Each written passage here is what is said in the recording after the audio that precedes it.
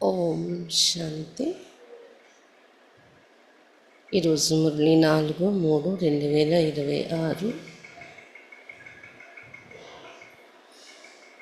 మీటి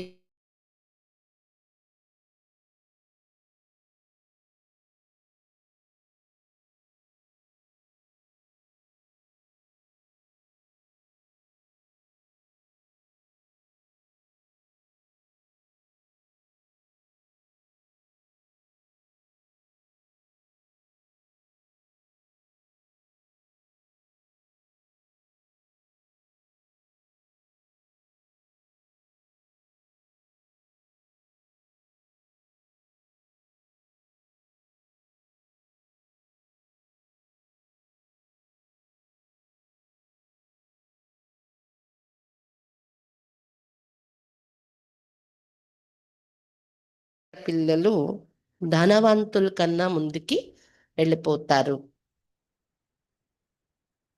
उत्तर, गरीबों में दान पुण्य की बहुत श्रद्धा रहती है. పేదవాళ్ళలో దాన ధర్మాల పట్ల చాలా భావన, శ్రద్ధ ఉంటుంది. గరీబ్ భక్తి भी लगन से करते हैं. పేదవాళ్ళు భక్తి చేయటం కూడా తపనతో చేస్తారు.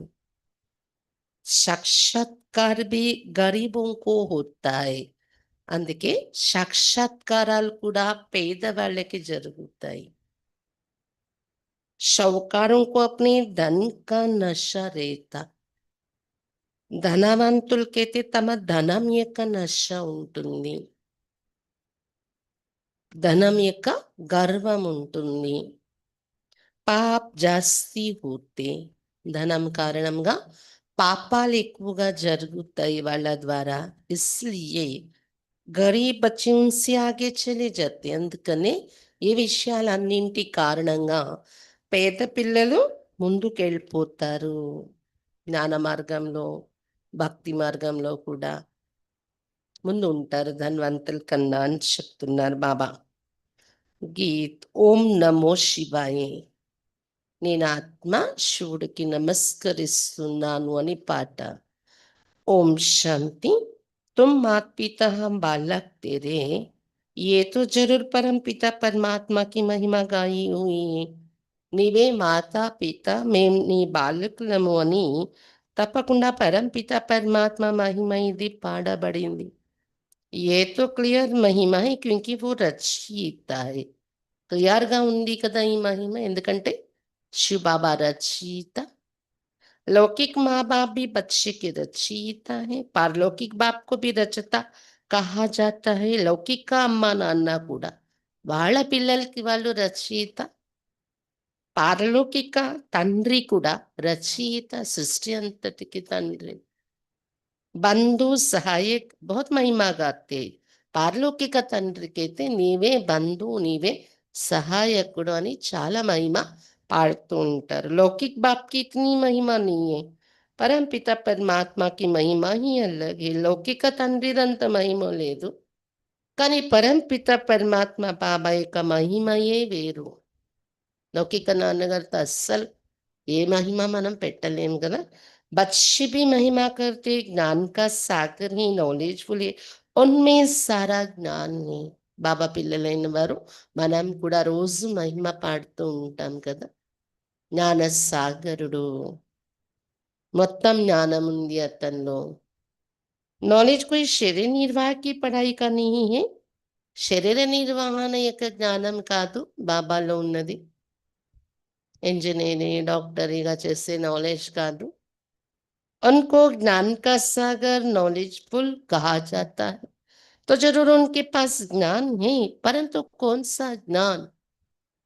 జ్ఞాన సాగరుడు, నాలెడ్జ్ఫుల్ అంటాము. జ్ఞానం ఉంది అతని దగ్గర తప్పకుండా, కానీ ఎటువంటి జ్ఞానం ఉంది. ఏ సృష్టి చక్ర कैसे फिरता है उसका ज्ञान है.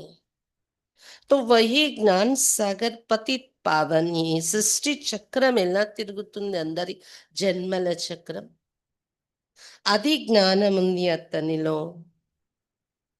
అటువంటి జ్ఞానసాగరుడు అతడే పతిత పావనుడు కూడా అయ్యారు. श्री को कभी पतित पावन और ज्ञान का सागर नहीं कहते. उनकी महिमा बिल्कुल न्यारी है. శ్రీకృష్ణుని మహిమలో ఎప్పుడు కూడా పతిత పావనుడని జ్ఞాన సాగరుడని మహిమ చెయ్యరు. పూర్తి భిన్నమైన అతీతమైన మహిమ శ్రీకృష్ణుదైతే. दोनों ही भारत के निवासी शिव बाबा की भी भारत में महिमा है. शिव जयंती भी यहाँ मनाते, श्री कृष्ण की जयंती भी मनाते हैं, गीता की जयंती भी मनाते. 3 जयंती मुख्य है. ఇద్దరు భారతదేశానికి సంబంధించిన వారే శ్రీకృష్ణుడు, శివ్ బాబా. భారతదేశంలోనే శివ్ బాబాది కూడా మహిమ చేస్తారు, శివ జయంతి కూడా జరుపుకుంటారు. భారతీయులే శ్రీకృష్ణుని జయంతి కూడా జరుపుకుంటారు, గీతా జయంతి కూడా జరుపుకుంటూ ఉంటాం. ఈ 3 ముఖ్యమైన జయంతి అయ్యాయి. శివ్ బాబా జయంతి, తర్వాత గీతా జయంతి, తర్వాత వచ్చేది శ్రీకృష్ణ జయంతి. अब प्रश्न उठता है कि पहली जयंती किसकी हुई होगी, श्री कृष्ण की या शिव की या श्री कृष्ण की? ముందుగా ఎవరి జన్మ జరిగిండొచ్చు, శివుడిదా శ్రీకృష్ణుడిదా? ఇది ప్రశ్న. మనుష్యత్వ బిల్కుల్ హీ బాప్కు భూలి హుయి. ఇలాంటి ఆలోచనలు చేయడానికి లేదు. పూర్తిగా బాబాని మర్చిపోయి ఉన్నారు మానవులు. श्रीकृष्ण की जयंती बड़े धूमधाम से प्यार से मनाते हैं. शिव जयंती का इतना किसको पता नहीं, ना गायन नहीं शिव ने क्या आकर किया. శ్రీకృష్ణ జయంతి అయితే చాలా వైభవంగా ప్రేమతో భావనతో జరుపుకుంటారు. కానీ శివ జయంతి కోసం ఎవరికి తెలీదు, గాయనము లేదు, శివుడు వచ్చి ఏం చేశారు అనేది. उनकी बायोग्राफी का किसको पता नहीं. श्री कृष्ण की तो बहुत बातें लिख दी है, తన పరిచయం ఎవరికి తెలియదు శివుడిది. శ్రీకృష్ణుని కోసం చాలా కథలు రాస్తున్నారు.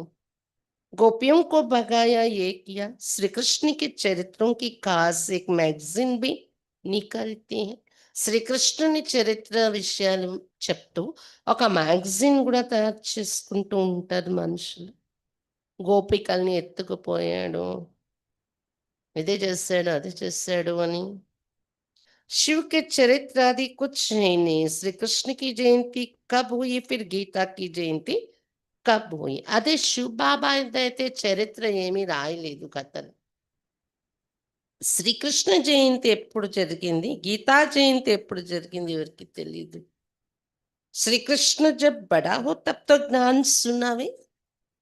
श्री कृष्ण के बचपन को तो दिखाते, टोकरी में डालकर पार ले गए.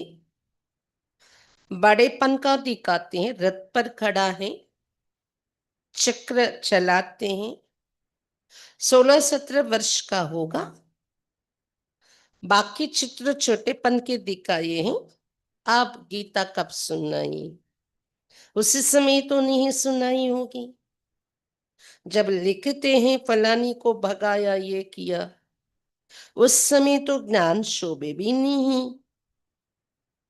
ज्ञान तो जब बुजुर्ग हो तब सुनाई.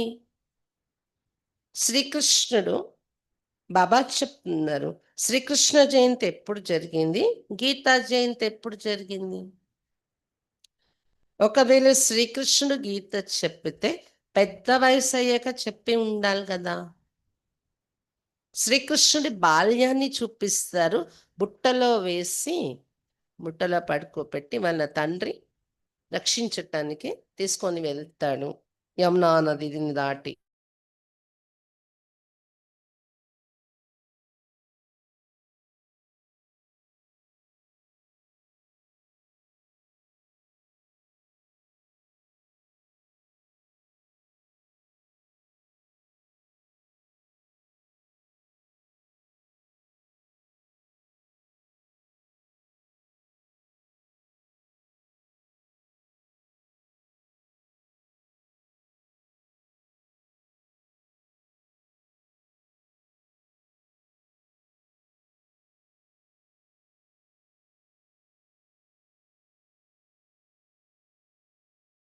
ఇప్పుడు ఉన్న ఆచారాల అనుసారము అసలు అది చరిత్రకు భిన్నమైంది కదా, మంచి చరిత్ర అని అన్నారు కదా దాన్ని. శ్రీకృష్ణ అంటే సభ్యతకు భిన్నమైంది కదా అది. జ్ఞానం అంటే వృద్ధావస్థల అనుభవంతో వినిపిస్తారు. గీతా भी कुछ समय बाद सुनाई होगी. అంటే ఎంతో వయసు అయ్యాక, కొన్నాళ్ళు అయ్యాక వినిపించి ఉండాలి. ఒకవేళ కృష్ణుడు వినిపిస్తే వృద్ధాప్యం వచ్చి ఉండాలి కదా. अब शिव ने क्या किया कुछ पता नहीं, अज्ञान नींद में सोए पड़े. శివుడు ఏం చేశారైతే ఏమీ తెలీదు, అజ్ఞాన నిద్రలో నిద్రిస్తున్నారు. శివుడు గీతా జ్ఞానం చెప్పేవారు అనేటప్పుడు అతడి రాగానే శివుడు గీతా జ్ఞానం వినిపించడం మొదలు పెడతారు. बाप कहते मेरी बायोग्राफी का कोई को पता नहीं मैंने क्या किया. నేను వచ్చి ఏం చేశానని నా చరిత్ర ఎవరికి తెలియదు బాబా చెప్తున్నారు. मुझे ही पतित पावन कहते, मैं आता हूं तो साथ में गीता है. నన్నే పతిత పావనుడు అని చెప్పారు శివబాబాను, శివుడను. నేనెప్పుడైతే వస్తున్నానో తోడుగా గీత కూడా ప్రారంభం అవుతుంది నా రాకతో. జ్ఞానం చెప్పటం ప్రారంభిస్తాను నేను రాగానే, శివబాబా చెప్తున్నారు. मैं साधारण बूढ़े अनुभवी तन में आता हूं. ఒక సాధారణ వృద్ధ అనుభవి మానవ శరీరంలో వస్తాను. అనుభవి శరీరం, వృద్ధ శరీరం, సాధారణ శరీరం. రాగానే జ్ఞానం చెప్పడం మొదలు పెడతాను. శివబాబా చెప్తున్నారు, శివ జయంతి तुम भारत में ही मनाते हो. श्री कृष्ण जयंती, गीता जयंती ये तीन मुख्य है. राम की जयंती तो बाद में होती है. శివ జయంతి భారతదేశంలోనే జరుపుకుంటున్నారు. అతని జయంతి తర్వాత శ్రీకృష్ణ జయంతి, గీతా జయంతి ఇవి కూడా ఈ మూడు ముఖ్యమైన జయంతి అయ్యాయి. శ్రీరాముని జయంతి తర్వాత త్రేతాయుగంలో జరిగేది. इस समय जो कुछ होता है वो बाद में मनाया जाता है. సంగమ యుగంలో జరిగే చరిత్రయే తర్వాత పండగలుగా చేసుకుంటున్నారు. సతీ త్రేతమై జయంతి అది హోతీని తర్వాత అంటే ఇప్పుడు సతీయుగం త్రేతాయుగంలో చెయ్యరు. వాళ్ళ పుట్టినరోజులు కూడా వాళ్ళు చేసుకోరు. కృష్ణుడు పుట్టినరోజు కృష్ణుడు అక్కడ ఏం చేసుకోరు. ద్వాపరయుగంలో భక్తి మొదలు పెట్టాక ఇవన్నీ మనం చేసుకుంటున్నాం. सूर्यवंशी से चंद्रवंशी वर्षा लेते और किसकी महिमा ही नहीं. సూర్యవంశం యొక్క రాజ్యం సతీయుగంలో వాళ్ళ చేతి నుండి చంద్రవంశస్థులు రాజ్యం తీసుకుంటారు వంశపారంపర్యంగా. ఇందులో ఎవరి మహిమ లేదు. బాబా ఇచ్చిన రాజ్యం సిర్ఫ్ రాజాओं का कनेक्शन कॉरोनेशन मनाते होंगे. ఎవరి మహిమ చేసే పండుగలు అవి ఏం చేసుకోరు వాళ్ళు, బర్త్డేలు. కేవలం పట్టాభిషేకం యొక్క రోజు బాగా చేసుకుంటారు అక్కడ. రాకుమారుణ్ణి గద్దీపై సింహాసనం మీద కూర్చోబెట్టే రోజు. బర్త్డే తో ఆజ్కల్ సబ్ మనాతే హో తో కామన్ బాత్ హుई. బర్త్డేలు కామన్, అది అందరూ చేసేసుకుంటున్నారు. श्री कृष्ण ने जन्म लिया, बड़ा होकर राजधानी चलाई, उसमें महिमा की तो बात ही नहीं. శ్రీకృష్ణుడు జన్మ తీసుకుని పెద్దవాడయి మహారాజా నారాయణుడిగా అయి రాజధాని ఏలేరు రాజ్యాన్ని. ఇంకేమీ మహిమ అక్కడ ఉండదు. సంగమయుగంలో అతని చరిత్రకి మహిమ ఉండొచ్చు, కానీ సతీయుగంలో ఏమి మహిమ జరిగే విషయాలే జరగవు అక్కడ. सती त्रेता में सुख का राज्य चला आया है. वो राज्य कब कैसे स्थापन हुआ ये तुम बच्चों की बुद्धि में. సత్య త్రేతాయుగంలో సుఖం యొక్క రాజ్యమే నడిచింది. ఎప్పుడు, ఎలా స్థాపన అయింది అయితే ఆ రాజ్యం, అదంతా పిల్లల మీ బుద్ధిలో ఉంది. బాప్ కేతే బచ్చో మై కల్ప కల్ప కల్పకే సంగం యుగ పర్ ఆతా హూ. ఎప్పుడు స్థాపన జరిగింది, ఎవరు స్థాపించారు, శివ్ బాబా. కల్ప కల్పం కల్పం ఇక సంగమయుగంలో వస్తాను, దేవతా ధర్మాన్ని, దేవతా రాజ్యాన్ని స్థాపించటం కోసము అని చెప్తున్నారు బాబా. రాజ్య స్థాపన చేసే విద్య కాబట్టి రాజయోగం అన్నారు. భగవంతుడు నేర్పించే విద్య ఏంటి, రాజయోగం. कलयुग का अंत है पति दुनिया, सती गादी पावन दुनिया. मैं बाप भी हूं, तुम बच्चों को वर्षा भी दूंगा. కలియుగ అంత్యమం పతిత ప్రపంచం అయితే సతీగ ఆదిని ఏమంటారు? పావన ప్రపంచం. నేను మీ తండ్రిని కూడా కాబట్టి మీకు వారసత్వం కూడా ఇస్తాను వచ్చి శివబాబా చెప్తున్నారు. कल पहले भी तुमको वर्षा दिया था इसलिए तुम बनाते आई हो. కల్పపూర్వం కూడా వారసత్వం నేను మీకు ఇచ్చి వెళ్ళాను స్వర్గం. అందుకే మీరు నాది పండగ జరుపుకుంటూ వస్తున్నారు శుభ జయంతి బాబా చెప్తున్నారు. परंतु नाम भूल जाने से श्री कृष्ण का नाम डाल दिया है. बड़े ते बड़ा शिव है ना, కానీ పేరు మర్చిపోవటం వలన శివ్ బాబా ఇచ్చిన ఆస్తి వారసత్వం అనేది మర్చిపోయారు బాబా పేరు. అందుకే శ్రీకృష్ణుడు పేరు వేసేసుకున్నారు. రాజయోగం నేర్పారు, గీతా జ్ఞానం ఇచ్చారని. బడైతే బడా శివ్ అయినా కానీ అందరికీ గొప్పవారు, అందరికన్నా ఉన్నతోన్నతుడు ఎవరు? శివుడు కదా. पहले तो जब उनकी जयंती है तब फिर साकार मनुष्य की हो. నిరాకారుడు శివుడి యొక్క జయంతి జరిగిన తర్వాతనే సాకారి మానవుల జయంతి జరుగుతుంది. శ్రీకృష్ణుడు, శ్రీరాముడు, దేవతల్లి ఆత్మయే तो सब वास्तव में ऊपर से उतरती है. मेरा भी अवतरण है. పైనుండి దిగి వస్తారు ఆత్మలందరూ జన్మలోకి. శివబాబా చెప్తున్నారు నాది కూడా జన్మ అనరు కానీ అవతరణ జరుగుతుంది, పైనుండి వస్తాను శివబాబా చెప్తున్నారు. श्री कृष्ण ने माता के गर्भ से जन्म लिया, पालना ली, सबको पुनः जन्म में आना है. शिव बाबा पुनः जन्म नहीं लेते, आते तो है ना. तो ये सब बाप बैठ समझाते. శ్రీకృష్ణుడైతే మాతా గర్భం నుండి జన్మించారు, పాలన పొందారు అమ్మా నాన్నల నుండి. అలా అందరూ పునర్జన్మలు తీసుకునేవారే. అయితే ఒక్క శివ్ బాబా శివుడు మాత్రమే పునర్జన్మల్లో రారు. అందుకే లింగ రూపమే ఉంటుంది అతని, జ్యోతి స్వరూపమే అయినప్పటికీ వస్తారు. అతడు జ్యోతి అయినా మాతృ గర్భంలోకి రారు, వస్తారు. అందుకే అతన్ని అవతరణ అంటారు, జన్మ అన్నారు. ఇవన్నీ బాబా మనకు వివరించి చెప్తున్నారు.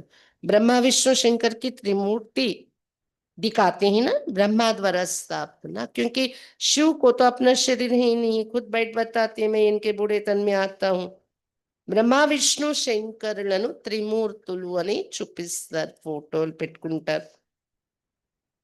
బ్రహ్మ ద్వారా స్థాపన చేయాల్సి వస్తుంది బాబా, ఎందుకంటే అతని సొంత శరీరం లేదు కదా శివుడికి. ఇన్కే బహు జన్మకి अंत का ये जन्म है.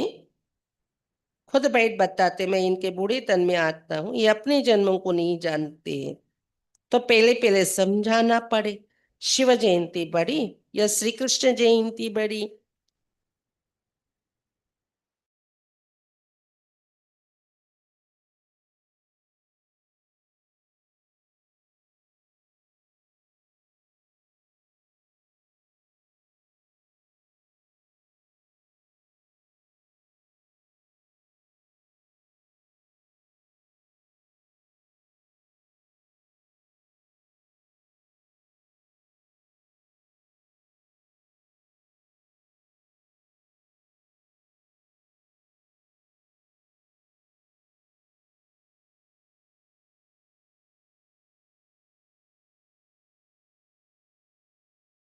జరుగుతూనే వెంటనే అతని జయంతి సో గీతా జయంతిగా అయిపోతుంది.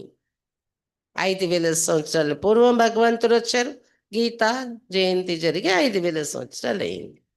నువ్వు వెంటనే చెప్పటం మొదలు పెడతారు. ఆయనకే ఇంత వయసు అయ్యాక చెప్పాలని లేదు చూడు. ఇవన్నీ బుద్ధిలో పాయింట్స్ ఉంచుకోవాలి. చాలా పాయింట్స్ చెప్తూ ఉన్నారు బాబా మనకి. బిగర్ నోట్ కి యాద్ రైనా సకే. ఈ పాయింట్స్ నోట్ చేసుకోకపోతే గుర్తు ఉండవు మీకు. बाबा इतना नजदीक है, उनका रथ है, वो भी कहते हैं सब पॉइंट समय पर याद आ जाए मुश्किल है. బ్రహ్మ బాబా చెప్తున్నారు, శివ్ బాబాకి నేను రోజు ఇంత సమీపంగా కూర్చొని వింటాను, నా చెవులే ముందు వింటాయి. అయినప్పటికీ ఈ పాయింట్స్ అన్ని గుర్తొచ్చేయటం అనేది కష్టం, గుర్తుంచుకోవటం. అందుకని నోట్ చేసుకోండి అన్నారు బాబా. బాబానే సమझाए सबको, तो बाप का राज समझाओ. ఈత తండ్రుల రహస్యం అందరికీ చెప్పండి, పరిచయము అని చెప్తున్నారు బాబా. మనకుండి ఈ నాన్నగారే కాకుండా ఇంకొక తండ్రి ఉన్నారు, పైన చూసి పిలుస్తాం కదా, परिश्रम चपाली। शिव बाबा की जयंती मनाते जरूर आता होगा। जैसे क्राइस्ट बुद्ध आदि आकर अपना धर्म स्थापन करते हैं, वो भी आत्मा आकर प्रवेश कर धर्म स्थापन करते हैं। శివ బాబా యొక్క జయంతి జరుపుకుంటున్నారు శివరాత్రి అంటే తప్పకుండా అతడు వస్తూ ఉండొచ్చు డ్రామాలో కదా. ఎలాగైతే క్రైస్ట్ యొక్క మహాత్మా బుద్ధుని యొక్క జయంతి చేస్తారు, వారు వారి ధర్మాన్ని స్థాపిస్తున్నారు. అంటే వారి ఆత్మ వచ్చి ఇక్కడ ప్రవేశించి ధర్మస్థాపన చేస్తుంది కదా. ప్రతి ధర్మాన్ని స్థాపించేవారు పరకాయ ప్రవేశం చేస్తారు. కాకపోతే నెక్స్ట్ నుండి వాళ్ళు జన్మలోకి వస్తారు. శివుడైతే నెక్స్ట్ నుండి జన్మలో రారు, ధర్మస్థాపన చేసి వెళ్ళిపోతారు.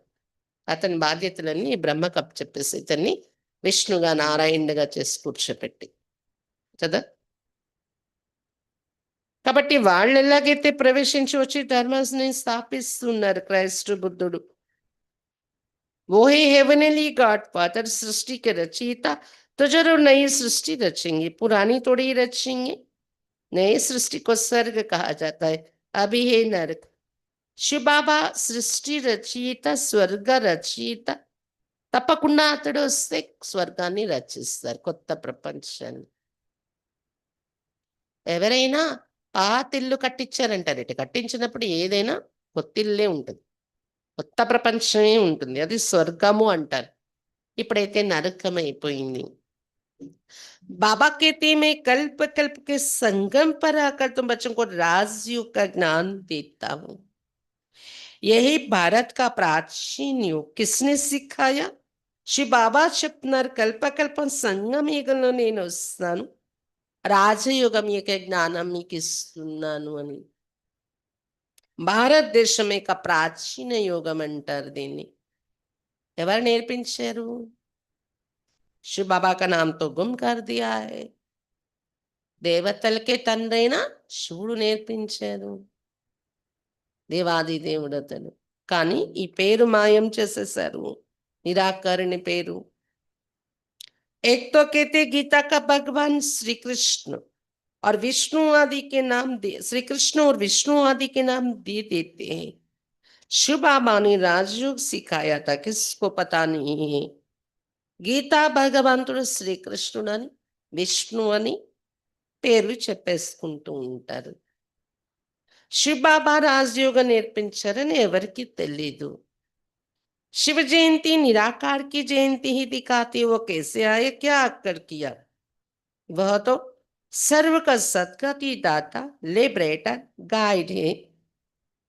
శివ జయంతి అంటే నిరాకారు జ్యోతిర్లింగం, జ్యోతి స్వరూపునేక జయంతి అని చూపిస్తారు. లింగోద్భవం జరిగిన రోజు అంటారు కదా శివరాత్రి, శివ జయంతి. అయితే అతడు ఉద్భవించింది దేనికోసం, ఎలా వచ్చారు, వచ్చి ఏం చేశారు అంటే మళ్ళీ అతని మహిమలో ఏం చెప్తారు? సర్వుల సద్గతి దాత భగవంతుడు అంటే లిబరేటర్, ముక్తి ప్రదాత, గైడ్, మార్గ ప్రదర్శకుడు అని మహిమ పాడారు. అంటే అతను వచ్చి అదే చేస్తుంటారు కదా, సద్గతి ఇవ్వటం, ముక్తి ఇవ్వడం, మార్గాన్ని చూపించటం. అవి సర్వాత్మం కో గైడ్ చాహియే పరమాత్మ, వహ భీ ఆత్మ హై. ఇప్పుడు సర్వాత్మలకు గైడ్గా కావాల్సింది పరమాత్మే రావాలి. అతడి రూపం కూడా ఆత్మ బిందు రూపమే, కాకపోతే परम आत्मा. जैसे मनुष्यों का गाइड भी मनुष्य होता है, वैसे आत्माओं का गाइड भी आत्मा चाहिए, वो तो सुप्रीम आत्मा ही कहेंगे. ఎలాగైతే మానవ రూపంలో మనం యాత్రలకి వాటికి వెళ్ళినప్పుడు మానవ రూపంలో ఉండే వాళ్ళు గైడ్ అయి తీసుకెళ్తారు మనల్ని, అలాగే ఆత్మ రూపంలో మనం యాత్రకి వెళ్ళాలి. ఇప్పుడు శరీరాలు వదిలి ఆ మార్గాన్ని చూపించేవారు, శరీరం వదిలి ఆత్మ ఎక్కడికి వెళ్ళాలి, ఎలా వెళ్ళాలి, అది మార్గం చూపించి తీసుకెళ్లే గైడ్ సుప్రీం ఆత్మయే కావాలి, పరం ఆత్మ. मनुष्य तो सब पुनर्जन्म ले पाती बनते, फिर पावन बनाई वापस कौन ले जाए? మానవులందరూ పునర్జన్మలో వచ్చి పతితులు అయిపోతున్నారే, మరి వీళ్ళందరినీ పావనంగా తయారు చేసి తిరిగి ఎవరు ఇంటికి తీసుకువెళ్ళాలి? बाप कहते मैं ही आकर पावन होने की युक्ति बताता हूं, तुम मुझे याद करो. అందుకని శివ బాబా చెప్తున్నాను, నేనే ఆ డ్యూటీ చేస్తున్నాను రామాలో. నేనే వచ్చి పావనంగా ఈ యుక్తి చెప్తున్నాను. ముజే యాద్ కరు, నన్నే జ్ఞాపకం చేసుకోండి, పావనం అవుతారు అని శివ బాబా నిరాకారుడు చెప్తున్నారు. श्री कृष्ण तो कह ना सके कि देह का संबंध छोड़ो, वो तो 84 जन्म लेते सब संबंधों में आते हैं, बाप को अपना शरीर नहीं है.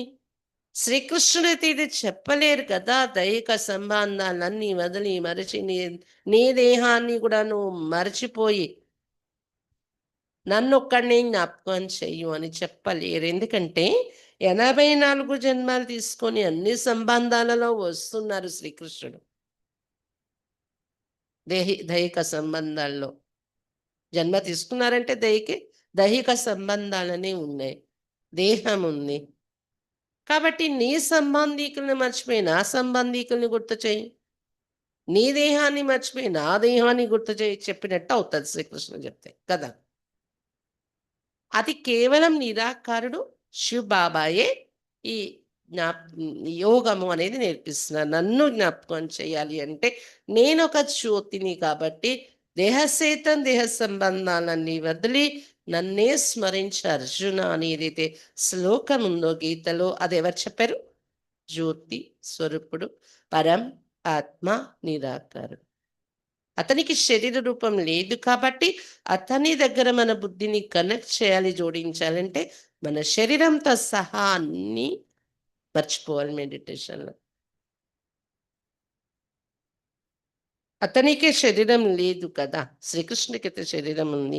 తమకు ఈ రూహానీ యాత్ర బాప్ సిక్లాతే, అందుకని ఆత్మిక యాత్ర ఇది. బుద్ధితో బాబాని జ్ఞాపకం చేసుకునే ఆత్మిక యాత్ర బాబాయే నేర్పిస్తున్నారు. ఏ రూహానీ బాప్కి రూహానీ బచ్చం ప్రతి రూహానీ నాలెడ్జ్. ఇది ఆత్మిక తండ్రి ఆత్మిక పిల్లలకు, అంటే ఆత్మ రూపంలో పిల్లలైన వారికి ఆత్మిక జ్ఞానం ఇస్తున్నారు. श्री कृष्ण कोई का रूहानी बाप तोड़े, सबका रूहानी बाप मैं हूं, मैं ही गाइड बन सकता हूं. శ్రీకృష్ణుడు ఏమైనా ఆత్మిక తండ్రి అవుతారా అందరికి? నేనే ఆత్మిక తండ్రి అవుతాను, శరీరం ధరించను కాబట్టి శివబాబా చెప్తున్నారు. నేనే గైడ్ అవుతాను ఆత్మలందరికీ శివబాబా చెప్తున్నారు. ఇది liberated, guide, blissful, peaceful, ever pure, సబ్ మేరే లియే కీర్తి. మహిమంతా నాకే మీరు చేశారంటున్నారు బాబా. ముక్తి ఇచ్చేవాడు అని, మార్గం చూపించేవాడు, దయాసాగరుడు, శాంతి సాగరుడు, సదా పావనుడు అని ఈ महिमा शिव बाबा दी. अभी तुम आत्माओं को नॉलेज दे रहे हैं, बाप कहते हैं मैं इस शरीर द्वारा तुमको दे रहा हूं, तुम भी शरीर द्वारा नॉलेज ले रहे हो. శివ బాబా చెప్తున్నారు, నేను ఈ బ్రహ్మ శరీరం ద్వారా నాలెడ్జ్ మీకు వినిపిస్తున్నాను, మీరు కూడా శరీరం ద్వారా జ్ఞానం తీసుకుంటున్నారు. वही गॉड फादर उनका रूप भी बताया है. जैसे आत्मा भिन्न है वैसे परमात्मा भी भिन्न है, ये कुदरत है ना. శివ బాబాని గాడ్ ఫాదర్ అని పిలిచారు. అతని రూపం ఏంటి కూడా బాబా వచ్చి పరిచయం ఇచ్చారు. ఎలా మీ ఆత్మ బిందువు అలా పరమాత్మ కూడా బిందు స్వరూపమే. वास्तव में बड़ी कुदरत तो यह है, इतने छोटे स्टार में 84 जन्मों का पाठ है. यह कुदरत, ప్రకృతి యొక్క విచిత్రం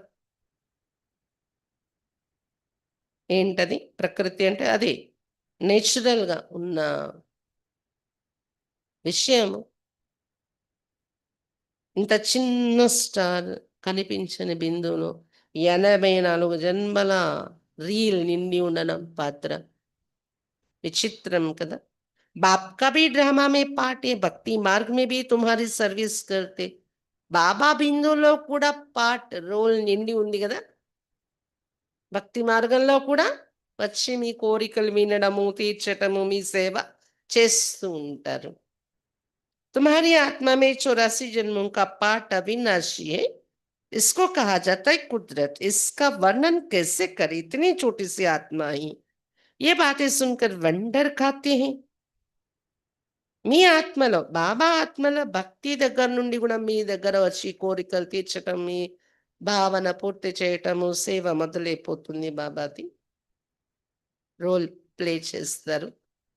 కాకపోతే ఇక్కడ దిగి వచ్చేది సంగమయుగంలో దిగి వస్తారు కదా! డైరెక్ట్ రోల్, డైరెక్ట్ పాత్ర. అలాగే అది బాబా ఆత్మలో నిండి ఉంది అది. మీ ఆత్మలో 84 జన్మల అవినాశి పాత్ర నిండి ఉంది. కంప్లీట్ అవ్వగానే మళ్ళీ రిపీట్ అయిపోతుంది. కంప్లీట్ అయిపోగానే మళ్ళీ రిపీట్ అయిపోతుంది. ఎలా వర్ణించాలి? ఇంత చిన్న ఆత్మలో ఎలా అది బయటకి ఇమర్జ్ అయిపోతూ ఉంటది. మళ్ళీ జరిగిపోయింది లోపలికి వెళ్ళిపోతూ ఉంటది. జరగాల్సింది కొత్త కొత్త పాత్రలు వచ్చేస్తూ ఉంటాయి. ఈ విషయాలు విని ఆశ్చర్యం కలుగుతుంది. వండర్ అనిపిస్తుంది గదా! बाप भी है आत्मा, परम आत्मा। आत्मा है भी स्टार मुआफिक, 84 जन्म एक की रेट भोगती है, सुख भी वो एक की रेट भोगेगी, यही कुदरत। ఆత్మ ఉండేది కూడా ఒక చిన్న స్టార్ లా